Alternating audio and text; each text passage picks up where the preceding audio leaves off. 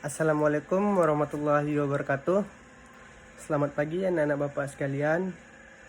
Bertemu lagi dengan Bapak pada kesempatan hari ini. Kita kembali belajar ya anak-anak ya. Dengan anak-anak Bapak, bagaimana kabarnya? Semoga baik semua ya anak-anak ya.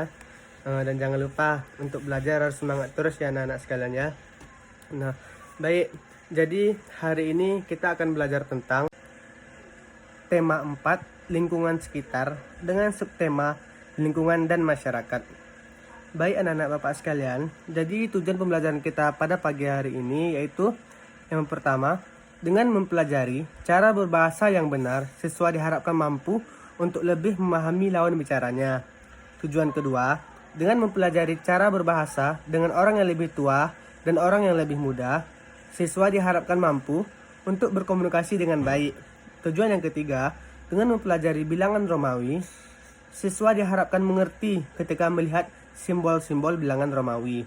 Tujuan yang keempat, dengan mempelajari cara penambahan bilangan Romawi, siswa diharapkan mampu untuk menambahkan bilangan Romawi. Tujuan yang kelima, dengan memainkan permainan lompat tali, siswa diharapkan mampu untuk meningkatkan keakraban dengan teman. Dan tujuan yang terakhir atau tujuan yang keenam, dengan menyimpulkan apa yang telah mereka pelajari pada pagi hari ini, siswa dapat memahami akan keberadaannya sebagai makhluk Tuhan yang saling membutuhkan satu sama lain dan perlu memiliki sikap saling menghargai, peduli, jujur, santun, dan bertanggung jawab. Nah, baik anak-anak Bapak sekalian, untuk selanjutnya kita akan masuk kepada pembelajaran. Kita akan masuk kepada pembelajaran pertama ya anak-anak ya, yaitu terkait tentang pembelajaran matematika. Siapa di sini yang pernah melihat simbol seperti ini? Atau simbol bilangan Romawi. Nah, biasanya untuk di tingkat sekolah, penulisan kelas biasanya dituliskan dengan angka Romawi.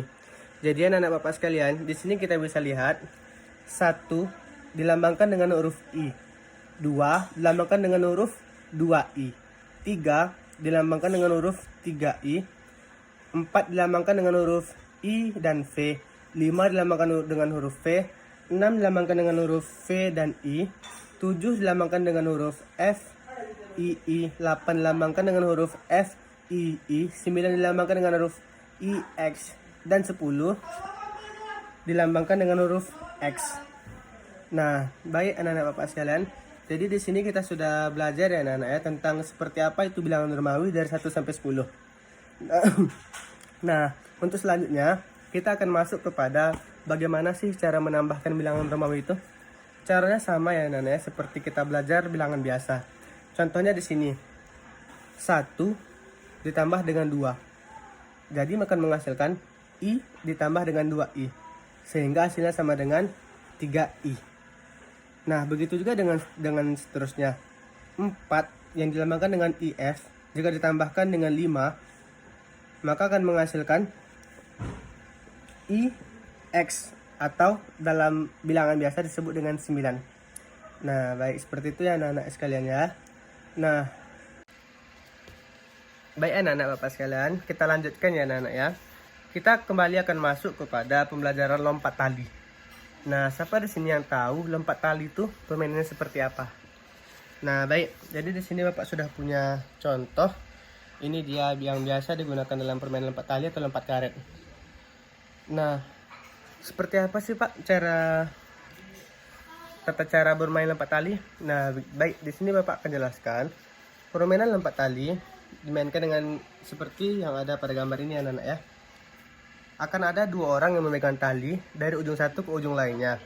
Dan nanti akan ada juga orang-orang yang melompati tali ini. Nah, seperti itu ya anak-anak ya. Jadi di dalam lompat tali ini ada beberapa jenjang yang harus dilewati. Mulai dari lutut, mulai dari ke perut, ke dada, bahkan sampai ke telinga dan kepala. Nah, seperti itu ya anak-anak ya. Dan permainan lompat tali ini di zaman waktu Bapak masih SD dulu biasa kami mainkan karena dapat meningkatkan keakraban kita, dapat meningkatkan komunikasi kita dengan teman-teman yang lain. Di samping itu juga ada manfaat baiknya terhadap fisik kita. Karena permainan ini juga termasuk kepada permainan olahraga ya anak-anak ya. Nah, baik. Untuk pembelajaran terakhir kita pada pagi hari ini, kita akan masuk kepada pembelajaran bahasa Indonesia ya anak-anak ya. Nah, baik anak-anak Bapak sekalian. Seperti yang Bapak sampaikan di awal tadi mengenai cara berbahasa terhadap yang lebih tua dan yang lebih muda. Jadi di sini Bapak punya contoh gambar. Di sini ada contoh seorang anak dengan seorang ibu.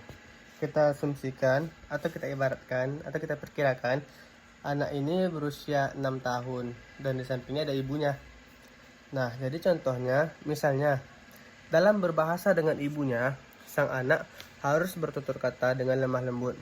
Sang anak harus selalu mengakhiri perkataannya dengan ucapan baik bu, iya bu, selalu disertakan panggilan ibunya.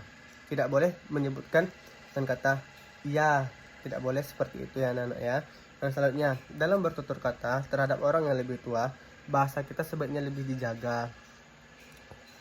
Biasakan untuk menggunakan bahasa-bahasa yang lembut, tidak menggunakan bahasa yang kasar, tidak menggunakan nada yang lebih tinggi, tidak mencela, tidak mencaci, atau tidak memaki. Nah, kalau ditanya kalau orang muda itu maksudnya seperti apa, Pak?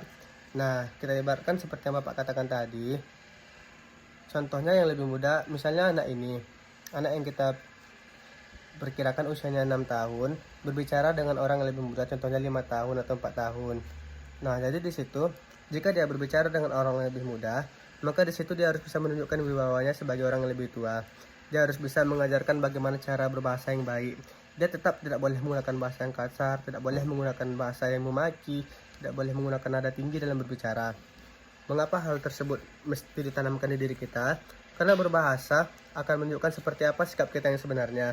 Jika berbahasa, kita tidak bisa menggunakan bahasa yang baik, tidak bisa menggunakan bahasa yang lembut, tidak bisa untuk tidak berkata-kata yang kasar, maka orang-orang akan menilai kita bahwa kita sebenarnya adalah orang yang buruk. Mengapa demikian? Karena seperti yang Bapak sampaikan tadi, biasanya orang-orang menilai kita itu dari cara berbahasa kita. Dan oleh sebab itu, Bapak sarankan baik terhadap yang lebih tua maupun yang lebih muda, jagalah bahasa kita meskipun ada perbedaan cara berbahasa antara yang lebih tua dan yang lebih muda.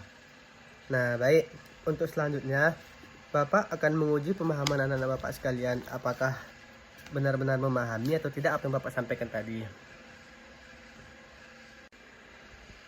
Baik, di sini Bapak akan tunjuk acak ya dari anak-anak Bapak sekalian.